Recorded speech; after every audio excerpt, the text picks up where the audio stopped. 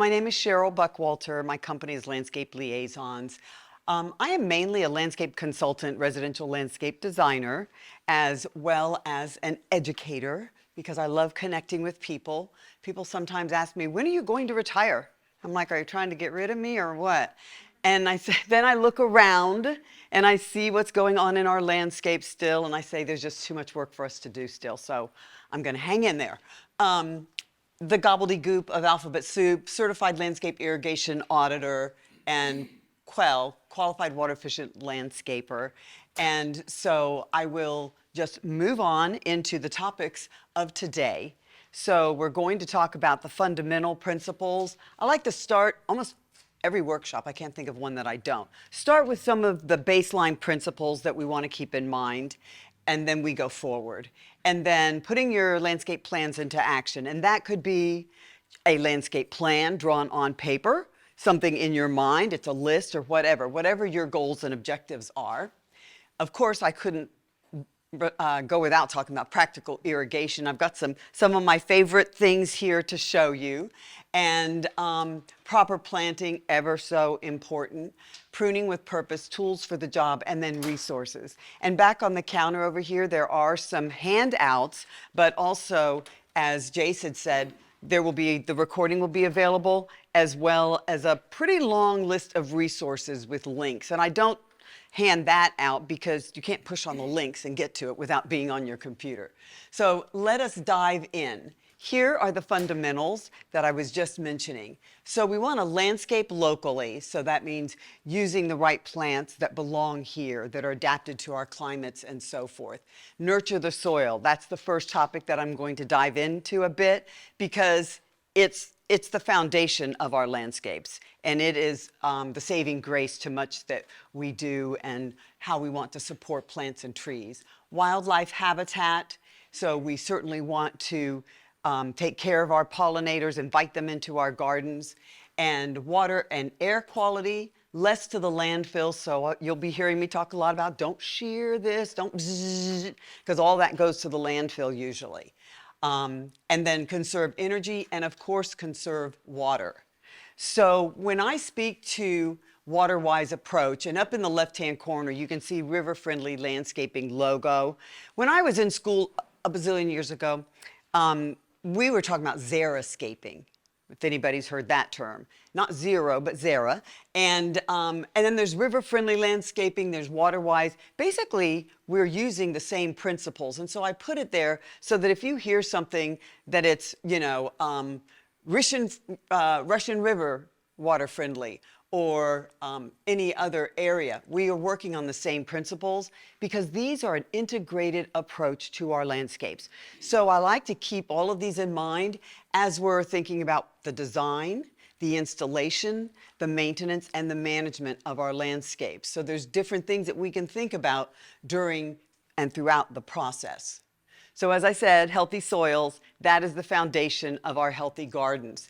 And so why do we want to create this and nurture our soils? Because we want to provide nutrients that support soil organisms because they are key in our landscapes for doing the heavy lifting to make our soils healthy. Increase air and water movement. It's amazing what compost can do. Just an inch on top of the soil layer, and then you will put it underneath your shrubs and trees and maybe add a little bit beyond the canopy or in the drip line, and I'll talk more about that. And then you just moisten it. You water it and you cover it back up. You don't have to till it in. Let's make this easy for ourselves, right? You don't have to till it in. You just cover it back up and the organisms in the landscape and in the soil will go to work. So I think I asked this before because I love to ask it. What kind of soil do you think you have? Soil? You have sandy soil? Anybody raise your hand? No. Oh, one. Okay, sandy soil. What? Clay loam. I was going to get to that too. Clay, everybody raise your hand. Yeah, because we all think that we have clay soil. But in reality, soil is a mix of sand, silt, and clay. What gives you that clay soil is that you likely have a high percentage of clay in your soil. And so that is important because, as you can see on the diagram on the left, if you have sandy soil, that water will just go into your soil and go through it really, really quickly. So that means we're going to want to water shorter periods of time, but more frequently, so that we can get that water staying in the root zone. And then with clayey type soils, that's really great. So that's why I say embrace clay soils, because the water stays in them longer. It spreads out, as you can see. And so it's really a gift, I think. And so that's why I say embrace it, because then you manage it with your irrigation and with your watering regime. Who's heard about this term hydrozoning? Great. Great.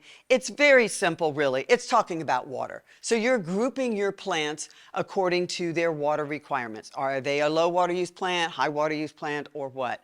And so the other thing to keep in mind is sun, because you want to group plants that are low water use plants and they like full sun in a certain area, in one area irrigated by one zone or valve on your system or by hand. And then if you have a moderate water use grouping of plants that want part shade, so maybe sun in the morning, shade in the afternoon, you'll have them all grouped together as well. This plan on the left, what do you think that's showing us?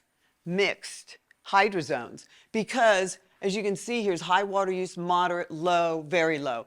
And right in here, we have some moderate, we have high, and in here we have a mixture of the same, and that makes it extremely difficult to manage and to water, because you're going to have to water the plant that is the thirstiest. You're going to have to gear your regime to the high water use or the moderate water use plants. Then if they're going to be grouped with plants that want low amounts of water, what's going to happen? They're going to get too much, they're going to die, you'll have to replace, spend more money, more energy, and all of that. So if we start off by doing what's on the right here, all of these are all the same water use classifications, okay? And if we have existing landscapes, if you look at your plants and you determine, oh, these are all low water use plants, but I've got one or two moderate ones, can I change those out? Can I replant them someplace else? Not always practical, of course, if it's a tree. And if it's a tree, that's precious. And so you may want to change some of the plants around that. But we'll talk more about irrigation here.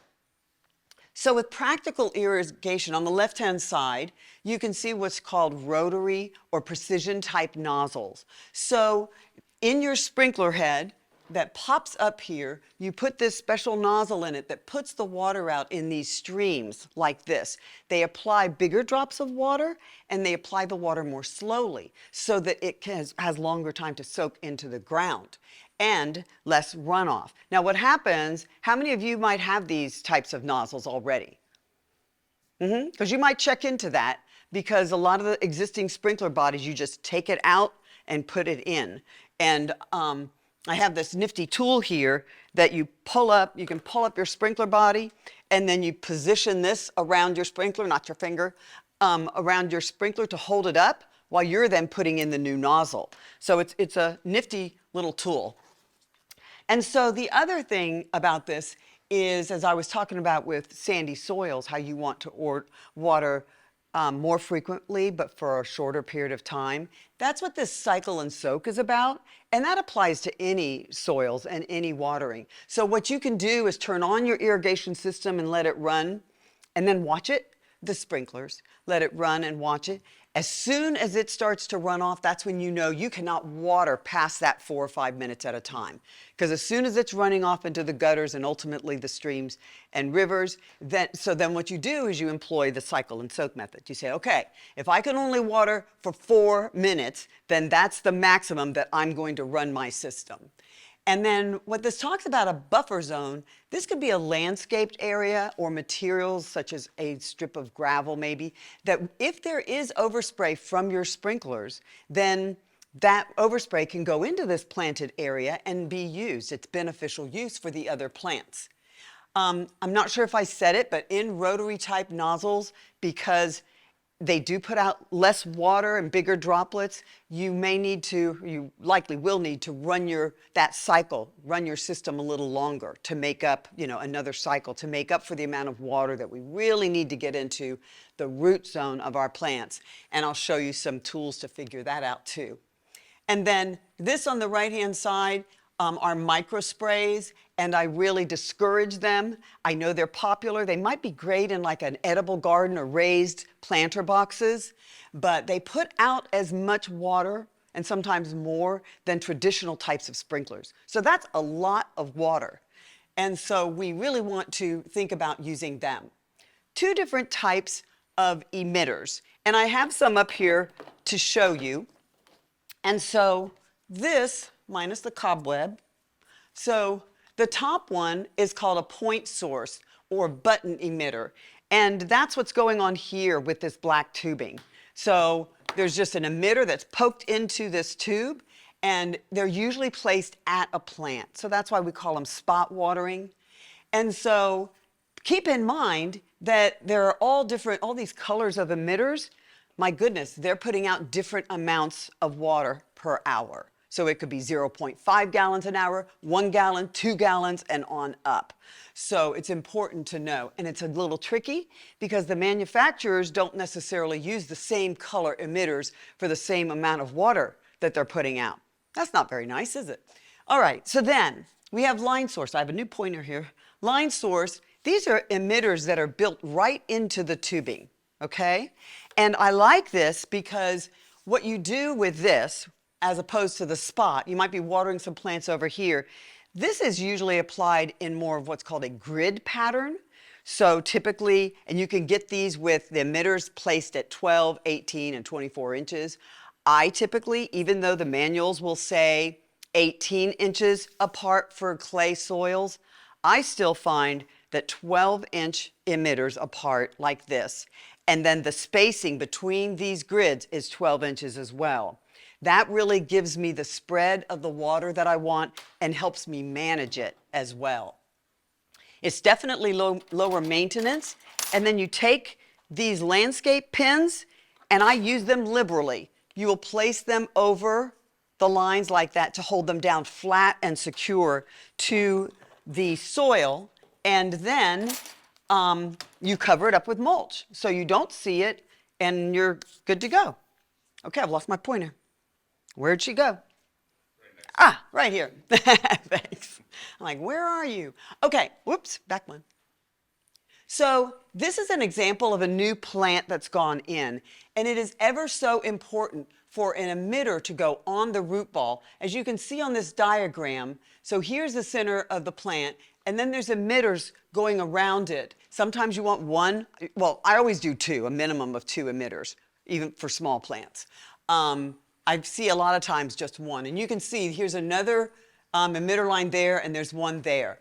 It's so important because the soil that's in the nursery pot where you got that plant is in a different type of soil than what you have on your property. And so we need to get those two types of soils to play nicely together. And so we want the water to go into both soils, okay? Because when there's moisture in the soil, that's where roots will grow.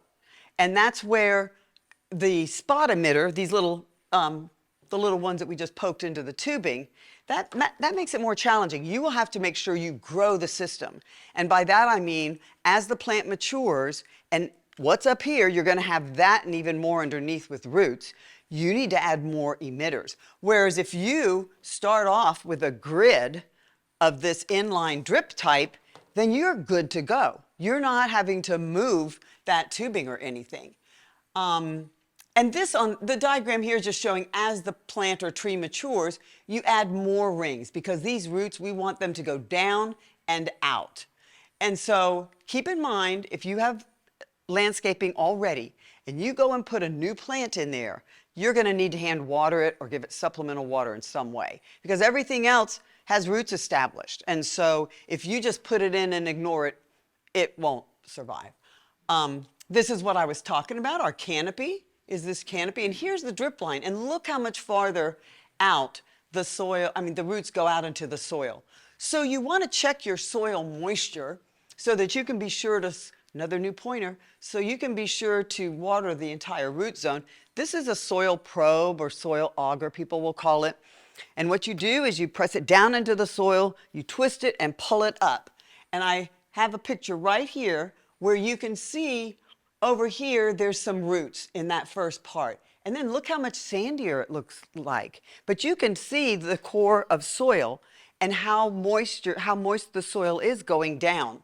Now, of course, I have a big bopper one here too that I just love, but it's, you know, there's all different kinds is my point. I even have a small one that's really great for around plants that have just gone in because the soil has been moved. You've got the soil from the pot. You can stick this into the ground, twist it, and pull this out, and you'll get little increments of soil that you can press and see if, is water oozing out or is it really dry and doesn't even stay on that.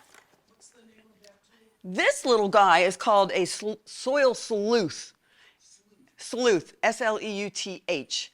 Yeah, they started out being about $9. I think they're $14 now.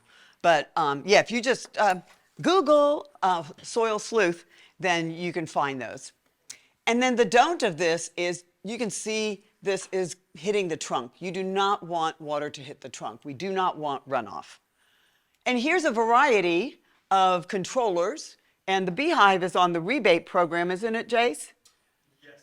Yeah. We also have smart irrigation controllers it's not a rebate, it's a direct install program. Oh, nice. Yeah, okay. All right. And this is an irrigation scheduler that was created specifically for the Sacramento region. It's very easy to find, and if you have water restrictions, you can put that information in. It will just give you options very easily. You know, is this full sun? Is it low water use plants? Is it, flat area? What's the sun exposure? And then boom, you will get a schedule, which is really helpful. And it's a starting place, because we have to start with something. So keep that in mind. So let's move into proper placement and proper planting and placement of trees. This is a beautiful tree here that's near the Sacramento Tree Foundation down in Sacramento. And this diagram is online, which is so important because when we're placing trees, let's keep in mind, we want them to be there a long time and we want them to be healthy. So when you put them up, when you're putting them in and you're placing them, look up, look out, and look down. What's all around that tree if you're imagining it being 15 or 20 or more feet tall? And so we really want to make sure that we consider that. These days, we also need to consider solar panels, ours as well as our neighbors. They don't want shade from our tree in 15 years. And then the distance from structures. And there is on your resources list a resource, Cal Poly, it's Select Tree. Really great information because it will give you how far from sidewalks and structures you should place this particular type of tree because the roots will go out that far. Proper placing is so important. I know that when landscapes go in, everything looks so small and it looks like a lot of mulch. But we really need to consider the mature height and width of plants. And so we also want to give them time to grow in. It can take, and I'll show you a picture, it might take a year. And if you say, oh, that's just too much mulch, I don't want to look at that, you could put in some shorter lived living perennials. They might live for 6 months in between to give you more color and cover. But I say just let them grow. Here on the right is the same plant as the one on the left. And look how much larger and beautiful that is than the one on the left. Of course, that's at a corner, so you really have to be careful of line of sight, meaning people walking at the corner, cars coming in around the corner and so forth. So you really need to keep that in mind. Now this diagram, I don't expect you to read it, but it will be in the handouts that I provide. And so basically, a few of the top tips here is you want to dig the hole really wide. And I will show you a slide with a bunch of tools on it. And in clay soils, I will tell you one of my favorite tools is a small jackhammer. Small jackhammer. It's like the bomb, I could plant anything myself because I've got that little jackhammer. It's so cute and effective. But anyway, you're going to score the sides of the hole because especially if you're high clay content, you don't want to be creating just a bowl or a pot that plant or tree is going to go into. So important right here. Place that root ball on undisturbed soil. So many times, when we have a shovel, pointy shovel, we're digging down, and what happens?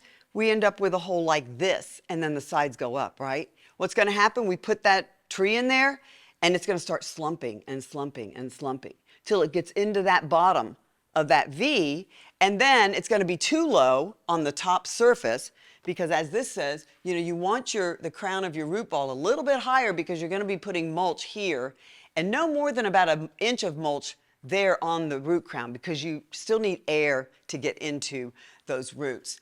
And so it's just so important to not let those trees slump down, because then when it rains and everything, all that water is just going to be going there, and you're going to get the crown rot, and the base of the tree is going to get will rot as well. And then I'll say this again when we look at mulch, but you don't want the mulch in touch with the base of the tree. You always want it a little bit away. Wind, stakes. How many times? Well, the majority of the trees I think that I ever see have stakes on them, and they stay there forever. Trees are not intended to be three-legged trunks. So it's really important to, first of all, remove the nursery stake. Sometimes it's just like a little bamboo pole. Always, always, always remove that stake. And then here's proper staking down here. And you have to have a reason to stake. So let's think about it. If you're planting in the fall, so we're expecting wind, and if you're planting an evergreen tree that keeps leaves on throughout the year, think about, we might be getting winds, heavy rains.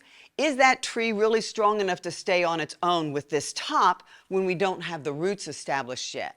Then you might need to have stakes. But then what I do, so this is talking about how you install them. Notice they're 18 inches apart, or 18 inches from the trunk, and then the outside of the root ball. How many times do we see them when it's right next to the trunk or just a few inches away? That's not the right way to do it. And so then we want to check those ties. Check the ties and remove them as soon as you can. So at about 6 months, what I do is I leave the stakes in. I release the ties, which are these things. I release them, and when they're on, though, you do want them loose enough where the tree can move. That way the tree can really gain strength, and its trunk will get larger in diameter, the girth of it. And so, but what you do is you can release those ties, watch the tree for a week, unless it's really windy, and then see if it's standing on its own very well. The other thing to do, hold onto the trunk and wiggle it a little and look down. If you knew that you put in a 5-gallon or 15-gallon tree, that's the pot size, and you know what the edge of the pot looks like, right? Look down, and if you see that soil moving, then that tree is not rooted into the adjacent soil. So I would put those ties back on and then check it in another 6 months. Also, leave these lower branches. It's always great for young trees to have lower branches, more photosynthesis, and it helps to protect the trunk from sunburn. So that's a very important. See, there's my little jackhammer. I just love that thing. So we'll go through a few of these things, and you're welcome to come up here as well. But we've got some really great tools. My favorite is these pruning shears, or pruners rather, and you want them to be bypass, as this says, because if you have them where they're anvil type in the upper left hand, they just will damage the stem. You don't get a clean cut. So you definitely want bypass pruners. You want to make sure that you are cleaning them. Always, always, always clean, sharp tools and gloves. No brown gloves, because guess what? Or green, because the limbs, the trunk, and the leaves, green. How are you going to be able to tell your hands from a limb? Just a little tip there.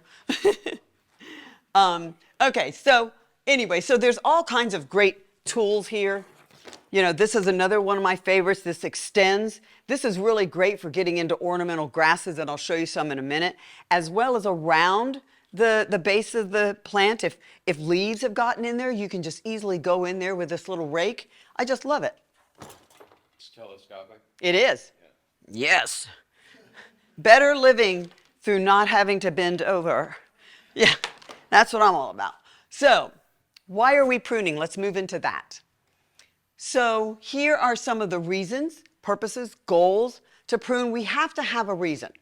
We don't just prune. I mean, even driving here, it just breaks my heart. I need blinders on or something. Because even driving here, I just see all these shrubs that want to be 15 feet tall, and they're kept to about 3. And that's through shearing them off. And so, are they dead? Do we have a branch that's dead, dying, diseased, crossing? We don't want branches that are crossing because that's going to cause wounds on the branch, right? And so, yes, we might need to manage the size if we inherited a landscape that has certain plants in it or they were put in the wrong place. Of course, we want a natural shape, and then sometimes we'll want to rejuvenate. And Sacramento Tree Foundation gave a workshop not long ago. Was it a webinar or a workshop? I think it was a workshop. But that's on the Citrus Heights Water District Ours. video library. Yeah, we did a Yeah. tree choosing class, so Yeah. trees for the area, tree selection class. Yeah. It's on it was a webinar, and it's on our YouTube now too. Yeah. It has a lot of different varieties of trees that are great. Yeah, really great. And there'll be information about that on your resources list also. So let's think about this a moment. We're not going to go deeply into pruning trees, but this is really important. It's a 3-point cut, basically. So what you want to do, because you've got this limb that's out here, and one thing I will say is we don't cut as residents, unless you're an arborist, we don't cut anything that's larger than 3 inches in diameter. Beyond that, look for an arborist, someone who can come and take care of a big limb for you. You want your cuts to be as small as possible. And so, but if you have this limb out here, then what this is saying, make an undercut right here, an undercut first, and then you're going to make another one so that you can cut that limb off. And even with longer limbs, I mean, if they're really out there, I'll do a series of cuts to take that weight off of it. But still, small cuts, not very big in diameter, 3 inches. And then what you can do is, as it says here, directly above or a few inches farther out, we've done number 2. Then remove that stub that's right there. And this is the branch collar. You never want to cut into that. You always want to be, and you can see it, here's the trunk, and here's the branch, it's called branch bark ridge, but it's where they come together. And so here is your branch collar, so you just cut right outside there. And then what's going to happen, you're going to get some really nice clean cuts. This is what you don't want to have happen. Here are some bad cuts, and this is a result here of, being too close here and cutting straight down, and they didn't take off the weight. So that's just going to tear. And then you don't want ugly stubs like that. That was left out too far. But again, you can learn a lot more about that from the Sacramento Tree Foundation, and also Trees Are Good by the irrigation. No, it's the Society of what am I trying to think of? Irrigation. We already have the Irrigation Association, the ISA. So topping and shearing. Is everybody familiar with that term, shearing? When we see things out there that are in balls and squares, that's what's happened. And so we really don't want to do that.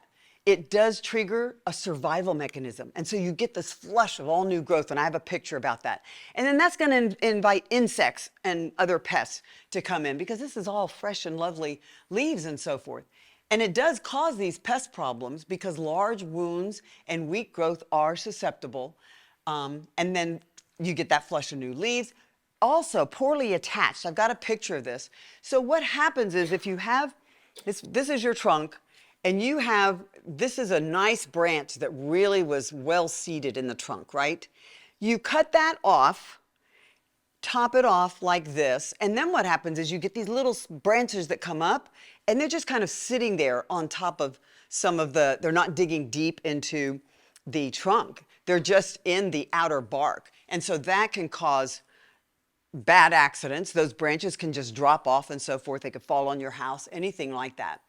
And then we get into these unnaturally shaped plants and trees, and they really never can regain their natural form. So it's also very expensive. Somebody's coming to shear these plants off every week or two, right? And so save yourself some time and energy and the need to replace plants and trees by not shearing them. Let them be healthy. Uh-oh, got to go back. This is the one. There. So, at a local store, to be unnamed. It's Costco. So this is, what? It's Costco. I didn't say that. So here we go. That's been just topped off. This is that flush of growth. And now we've still got it all crammed up next to, that's what I was trying to think of, next to the building. International Society of Arboriculture. Trees are good, basically. This is what a crepe myrtle is supposed to look like. Now, isn't that beautiful? Both of them. Just beautiful. Okay, oak tree. Both of these are oak trees. Sad, huh? Yeah. Okay. I think you get the picture. Okay, some more don'ts. This is not far from here. I call them rosemary bangs because everything is just cut off like bangs. And it's supposed to be natural. Beautiful shape of this would flow over that wall. Now, maybe they're planted a little too close to the edge of the wall, so they were coming down too much on a sidewalk. So that's, again, another thing. Think about what the mature width of that plant is going to be, and then give it that room to grow.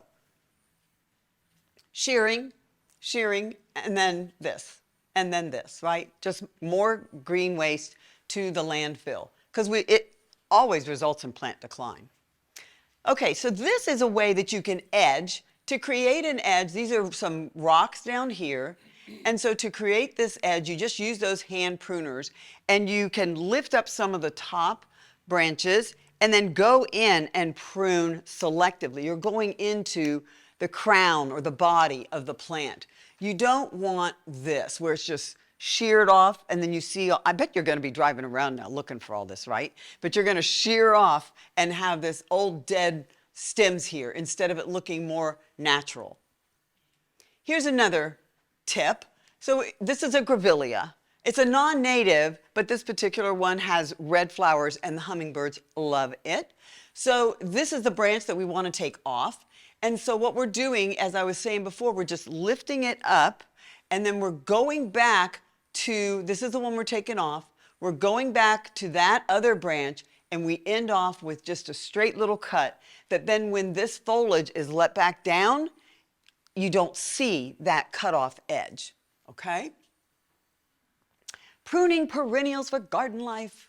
So it's really important, you know, development in our urban areas have really taken a toll on our pollinators and beneficial insects and all the creatures that need to be here. They're used to having this corridor of trees and plants that they can go to support them onto wherever they're going.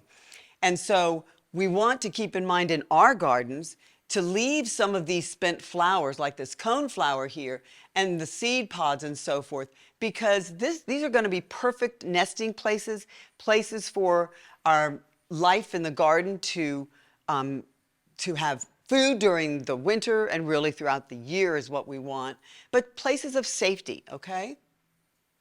And then also ornamental grasses. So I'm going to give you a couple slides about ornamental grasses here. You want to be careful, and really this is true in trees, shrubs, anything. Before you go cutting something off, make sure there's not a nest there. You know, make sure that there's, you know, our lovely birds. And so what's great about ornamental grasses, and these are not the evergreen ones, but these plumes come up and they're really pretty in the winter. They add a different tan color most of the time in your garden. But you know, when you look out and you see dew on them and so forth, great photo ops because they're just really beautiful. But you want to, you know, just keep in mind whether it's evergreen or not. And I'm going to show you how to prune that. And as I already said, you know, if it's an evergreen plant, the only thing that's going to happen is you might have some leaf blades that come out that need to be raked out, either with something like this or put gloves on and just pull it out with your hands. Okay, this is what we see all the time for ornamental grasses. This is what it looks like. This is the correct way to do it. So in the winter, this is what this plant looks like. We go in and we give it a flat top cut. So what we do is we'll pull up all the grass leaves. You might put a little bungee cord around it or tape. Sometimes I'll use tape like this just to tie it.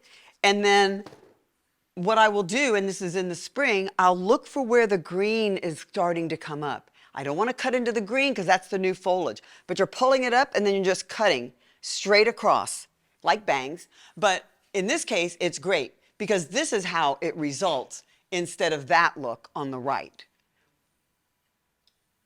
Okay, a word about lawns. This was me many years ago. I was on an irrigation audit, and there was this funny little strip of grass, all this concrete around it. So why would we do that? I do not know.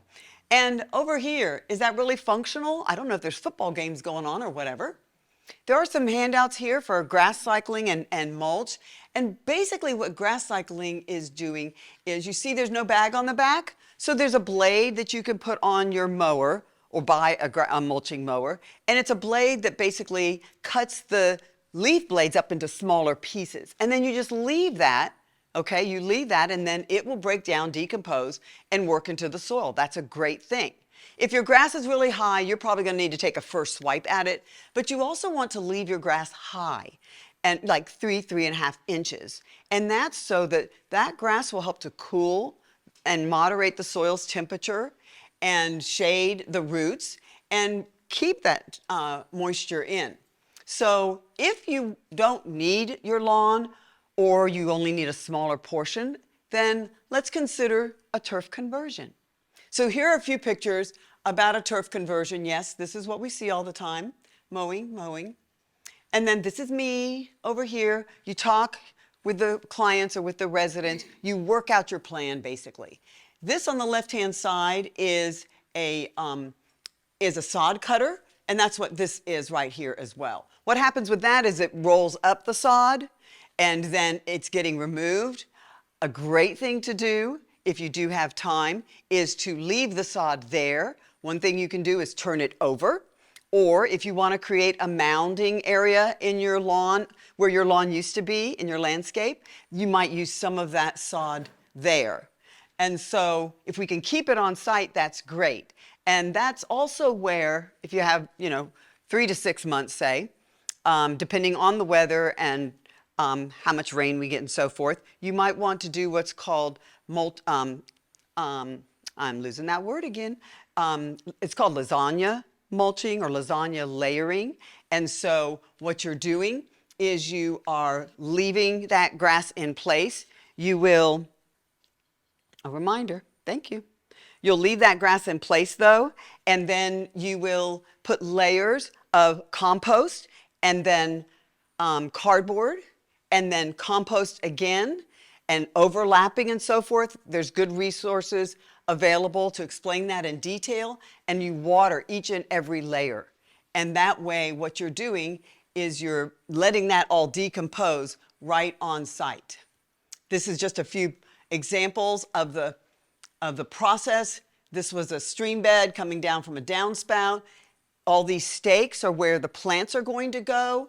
And you can see these boards that are down. That's because we got rain the day that we were going to do this. And so the contractor put down these big pieces of plywood so he could walk on that and not compact the soil, which makes all the less area for the air and water to move into and through the soil.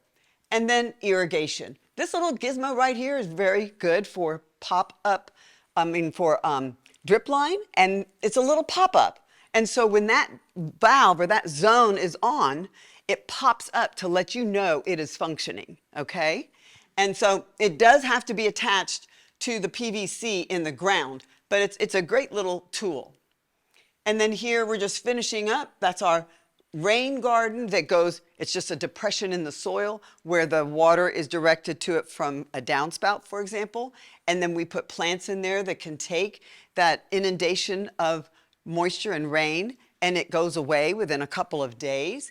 And so it's really great for keeping your water on site, keeping your irrigation and rainwater on site instead of going off into the gutters. And then this is just 7 months later. So it does grow, it does fill in, I promise. Mulch, yes. Oh my, I just took this the other day. That's black mulch and then rock. And I don't support colored mulch, really what's called arborist mulch is the best in my opinion. That's where the whole tree or shrubs have been taken down and chipped. And, companies that are going around and doing service in a neighborhood, if you see a truck filled with mulch, you can say, hey, could you drop that off down the street over here? Look at it. If it looks like it's great and it's not got all these diseased limbs or something in there, but that's really the greatest kind because it breaks down at different rates. And so really important to use mulch. And I don't use colored mulch because we don't know where the color comes from. What is that dye? You have a question. Yeah, so for mulch, earlier how you said not to put it at the base of a tree, is this for plants as well, and is that for air? Yeah, so the question is regarding mulch, I'd said about not putting it at the base of the tree, and is that the same for plants, and is it for air? And yes, every single plant that you have should have the mulch pulled away from it a little bit. And that's because it's not natural leaf drops, like on the forest. But what happens is if that mulch is up next to that trunk or the base of that plant, less air, less water movement, and also it can, and if it stays wet in the winter, it can invite disease and pests and so forth getting into your tree. And rot, crown rot and root rot, trunk rot. Yes. Thank you. You're welcome. And no plastics, no rubber, no rocks, and I would add no synthetic turf. And that is because it's really hot. It's really hot. The installer has to compact the soil to put it in. Often they put it up right next to trees, and that's not helping the trunk of the trees and the roots, right, in the soil. So we want to keep that in mind. Oftentimes, most times, it has to be watered to clean it. And, it's made of synthetic materials. So it's not helping the health of the soil. And that's where we started today, right? Whoops. Okay, edging. So these are just some examples. It's really important. Now, this is some of that arborist mulch. And so here we've just got rocks. Here's some plastic edging. I don't suggest that you use the real thin edging because it's hard to keep it looking nice and curves that are nice or straight lines. So that thicker edging. And then this is actually a metal edging, which is really nice because and the goal is to really not see it. You want it flush with those materials so that you don't see it, but it retains it. And then we're just about closing up here, but I cannot avoid talking about integrated pest management. And just think about, it's basically in the UC IPM site, it's fabulous. And so we want to know what's going on in our garden. Monitor what's there. Look at it. Is it causing a lot of damage or not? Are there just a few of them, or is my whole shrub being taken over? So the first things that we want to do is identify, figure out if there are biological solutions. Sometimes just a strong blast of hose water can get rid of some of the pests on your plants. And maybe nothing needs to be done. Wouldn't that be nice? I have a western redbud, Cercis occidentalis, that I learned a couple of years ago. There are some bees, cutter bees, that they'll have the leaf and then they'll cut a little moon-shaped slice out of it, and that's where they put their eggs and everything. And so this year, almost every leaf on my redbud had all those little leaves. I'm like, yay! But anyway, and then lastly, you want to look for signs of, because I was helping bees, look for signs of plant stress too. Some of our resources that we have, definitely, they are all on the resources list, so you'll be able to access those. And we do have a few things that we're going to give away. And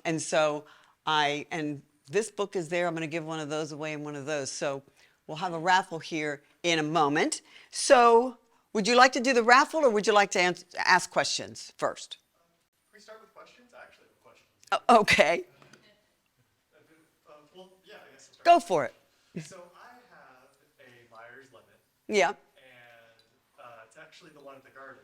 Oh, okay. Yeah, we have had a bad problem with the ants there. I tried the worm tea. I tried like other more natural remedies. And now I'm also using diatomaceous earth Yeah. around it to try and get them off. But they work with the aphid and everything, and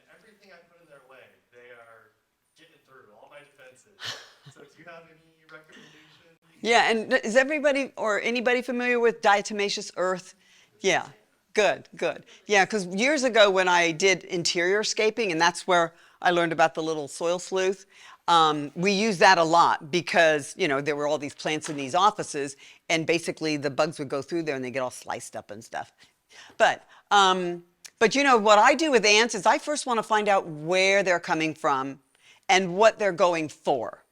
So that's what I want to know, because there's usually some other co-host working along with them.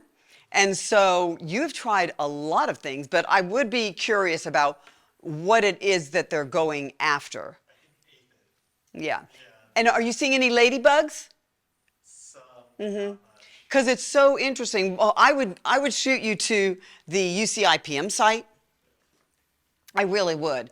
And there's a lot of information on Our Water, Our World about ants as well. And even in nurseries, I see their flyers and information because, yeah, ants can be a big deal. But they're usually there for something. And what I was going to say is we have there's a plant in the city of Roseville's Inspiration Garden, a milkweed that got last year and this year just got covered with mites and other insects. And I said, no, let's just leave it and see what happens. In several weeks, we started seeing lady beetles or ladybugs come up. In several weeks, they were all gone. I mean, and these plants were covered. It was amazing. So I don't have a direct answer for your ants, but I really would like to know where they're coming from. And then go to Our Water, Our World. Yeah, for sure. Any other questions? Yes. And then I'll come to you. Okay, did you go over bioswales at the beginning of the class? I did not. So her question was bioswale. So do you have a specific question No, about? I mean, I'm going to dig one Yeah. and running down from the side of my house into my yard. I just wanted Yeah. tips. I mean, We- how wide, how deep, what should I put in it? Sure. Bioswales, what you're doing is you're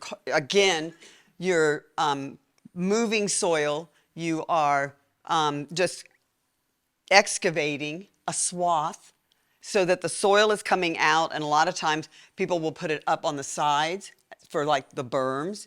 And then there's types of grasses that are good for bioswales. So you might go to Peaceful Valley Farm Supply, groworganic.com. Also Delta Bluegrass, it grows these grasses for bioswales.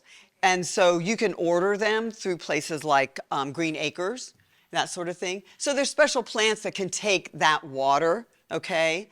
And so it's not far off from a rain garden where, you know, you're shaping the soil and you're directing the water to it. And relative to sizing and so forth, the same, what you will do, we talked a little bit about it last time, is you want to know what your square footage is of your roof, if that's what you're directing to it.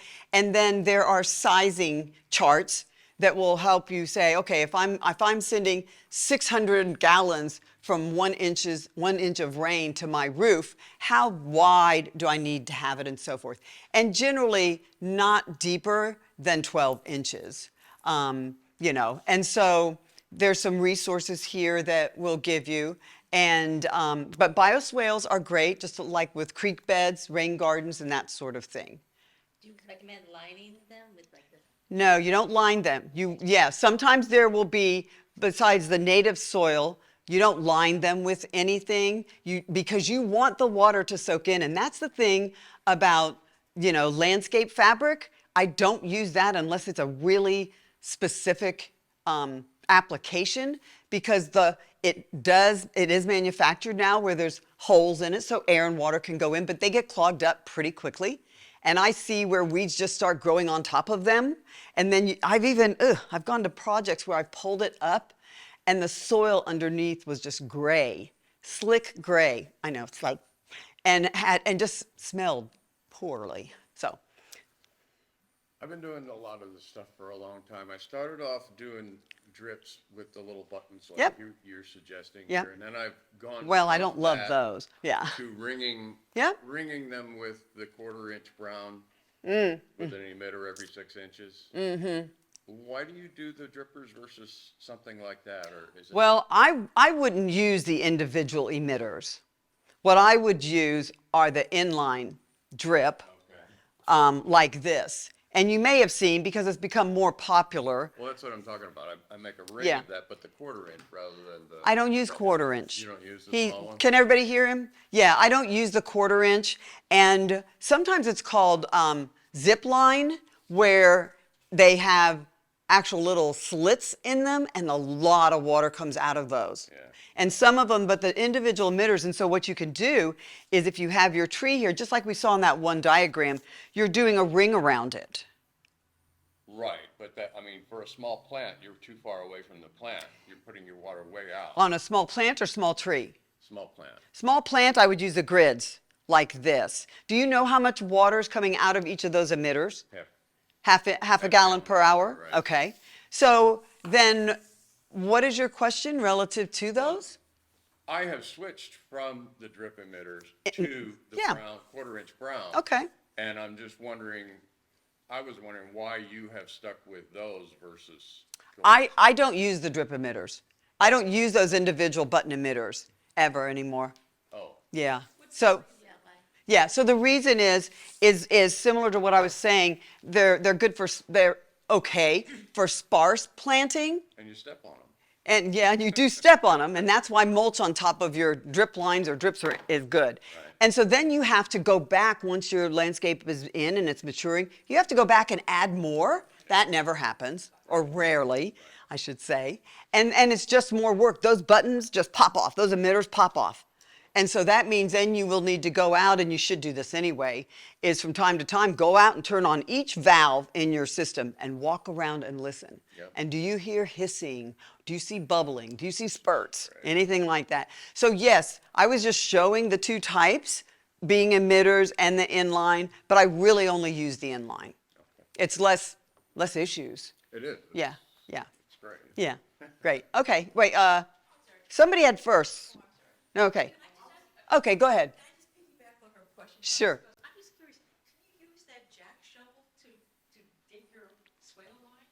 You can, if you have really hard clay soil and that sort of thing, that's when I will use that jackhammer. You know, and especially because we are disturbing the soil, which we really want to not do too much because of all the life that's in there. But when we're doing I can say this, soil shaping, then we are disturbing it no matter what. But yes, you can use that. I love that little thing. You used any trees from the Sacramento Tree Foundation? Oh yeah, the tree, and we have on the resource is their Shady 80 list. So 80 trees that they recommend for this region. I have a timer going off. Free, aren't they? They give them away? They come to your house and they will assess where the tree should go, and they'll make a recommendation then. So yes, the Sacramento Tree Foundation does that. Sure, and they cooperate with SMUD on that program. Yeah, yes. So with your grid system, your inline Yep. emitters, wouldn't that deliver a lot of water? Good question. So as opposed to the button or individual drip emitters, you know, that is covering only a certain area. What happens is out of each of these emitters, if there's an emitter, there's what's called a wetting pattern. So the water will go out, and the objective is for this emitter's wetting pattern to reach this emitter's wetting pattern. So you are getting coverage. And as I was saying, you don't have to grow the system. It is watering the entire area of soil, similar to what nature would do in a rainstorm, and roots will go where there's moisture in the soil. So that's where we come in with the management of it, and that's why knowing what soil type you have and all of that, and matching your irrigation application like this or the rotary type nozzles, matching that to the plants and the soil, okay? All right, yes? When did you stop using emitters? I don't know, years ago. The question was, when did I stop using emitters? Replace everything with the, or did you just leave the emitters in place and add? Well, with mine, well, you can definitely replace them. Like if you have an existing, and I know we need to do our raffle, if you have an existing landscape and shrubs, what you can do is, yes, take off those individual emitters, and most of them are right there next to the trunk of the tree or plant, which is not good. Why? We learned this? Right, yeah. So what I do is I'll take those out, but then I will run a line of this on one side of those shrubs and run another line on the other side of the shrubs. So we can use it for existing landscapes as well. Now in my landscape, I have 11,000 linear feet of this. Because you lay it every 12 inches. Yeah, well, no, actually mine was 18, and that's where I learned, pointing, that's where, that's where I learned a hard lesson. Not only is my soil sandy, so I've been putting compost on it for 6 years, and it is always also very rocky. So I could water all day long and that water will just go right down. And so that's where I learned I needed closer application or closer layout, the 12 inches, and I use that completely now. Because I can manage it with my scheduling, you know. I can manage it with that. But yeah, I don't know how long I haven't been using them. I have, even in my potted plants, I'll do a little ring or some of your 1/4-inch tubing with the emitters built in.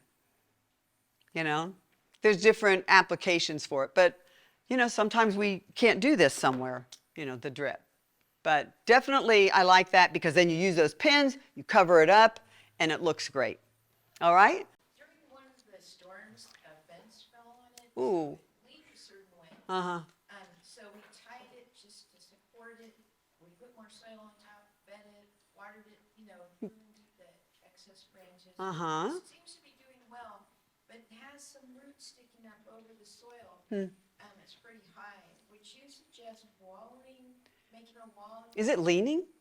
It leans, but an arborist looked at it and said it looked good. Mm-hmm. So if there's roots that are exposed, if there are roots that are exposed on one side, then what I would do is I would definitely want to cover those. How big is it?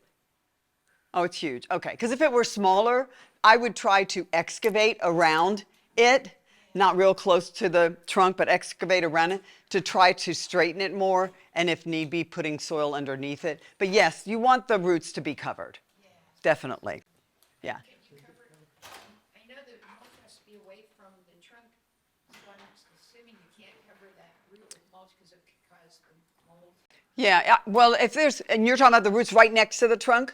Yeah, there's a root that kind of goes. Oh, yeah, so it might be that that's a circling root. You know, that's why it's important when you put your plant or your tree in the ground, you want to get that root ball and massage it. Some people will even cut some off or score the sides. That make sure the bottom is not all, you know, tied up. But yeah, if there's a circling root that's going around and around, oftentimes that's because that plant stayed in the container too long. So you want to either cut that or loosen it. But I suggest visiting like the UC Master Gardeners, Sacramento County, as what you can call them. There's a helpline, and they have lots of great resources on their website. Sacramento Tree Foundation as well. So yeah, there's answers for this and ways to help, but it's a matter of, you know, really watching and monitoring and looking and observing. Sometimes it's just like with pruning. You want to sit back and think, what are my goals? What do I want to accomplish here? What tools do I need to use? And do selective pruning and not very much at a time, you know, just a little bit at a time. Don't go crazy. All right, I think we're pretty much at our time. Yep, thank you all for Yes, coming. all right. Okay, thank you guys, thank you.